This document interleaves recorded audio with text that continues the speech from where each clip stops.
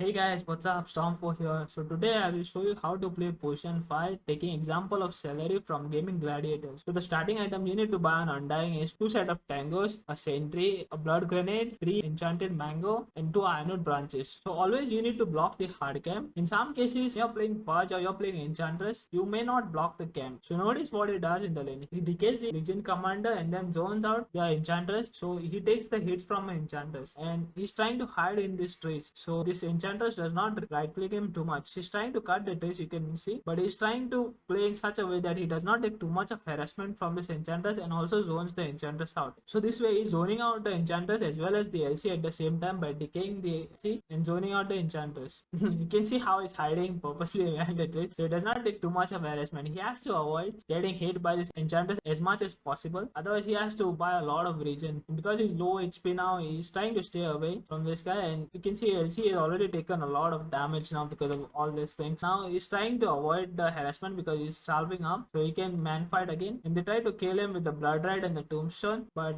LC just had enough wand charges to get away under the tower, and then Diracho does not have the health to chase him back. So with that tombstone, this lane is getting pushed now. This is quite interesting. What he does there, he gives the tango to Diracho and asks him to pull because he's got the movement speed to catch up here, and he himself stays in the lane to soak the XP here. So Diracho goes to pull here. He still does not get the pull enough. He just gets one range creep, that's it, but he gets small range creep only. The only reason they are able to make this play is because Diracho has the thrust, so he's got the movement speed, and if he had little bit more movement speed, he could have half pull here with the 2 creeps instead of just 1 range creep. Now again back to the zoning. So this time he does not have mana, so he drops his ironwood branches to get the mana. So efficiency is there. Enchantress got a neutral creep, so she's trying to be big bully, and because the 3 minutes mark is approaching, look how he's trying to position. He's trying to go this side so he does not get hit by them, because these guys are gonna come to contest his lotus. So he positions himself far away, tries to right click as much as possible to get the lotus, and he gets the lotus. This is very good for them because now he doesn't have to expand much resources. So he already exhausted like 2 stars already to win this lane, because this lane is very tough. Even though it's a Bloodseeker, it can sustain, but they have a LC and Enchantress. LC, because of his recent Q buff, he has been very strong, and Enchantress has always been a bully in the lane. So they get another half pull here. This is very nice for the lane, so the lane will push back to the tower again, so Diracho can farm very safely. This is basically a job. If the lane is here, you need to pull. Despite all his shenanigans, you can see Diracho is actually fallen behind network because of that. So you can imagine how hard this lane would have gone if this guy had not done those things in the early game. Like, I think they would have got dumpstered in the lane because it's a LC and Enchantress lane. It's very hard for them to keep up with this lane because they got a lot of harassment and a lot of nuke damage. And you can see Enchantress got this neutral creep. So what Seleri is doing, that he realizes that Diracho is very low, so he does not let the creep get him. So he tries to be in the middle so he can be the boundary between these two guys. So Diracho can farm the scripts very safely. And now he again goes to bully the Enchantress so he can zone him out, and then Diracho can farm under the tower very peacefully. Otherwise this Enchantress would have bullied this Bloodseeker and maybe even got a kill. So the 5-minute mark is approaching. That means this camp is gonna spawn, and if this camp spawn, Enchantress gets a creep, these guys are out of the lane. So they both trust camp and they get the block on the camp. So with this, he does not really have too much of resources. Notice how he's putting his ironwood branches in the backpack and trying to get the efficiency out of the clarity. This is small plays, but they matter a lot. A lot of times you are missing like 3 mana, 5 mana, or even 1 mana for some spell, and then you're always regretting that. So because of 5.5 minutes mark is approaching, that means catapult waves are coming towards the tower. In this case, he has a Beastmaster in the bot lane, so they want to push this lane so they can pressure this tower. So he TPs to the bot lane to the twin gates, and the enemy does a funny thing,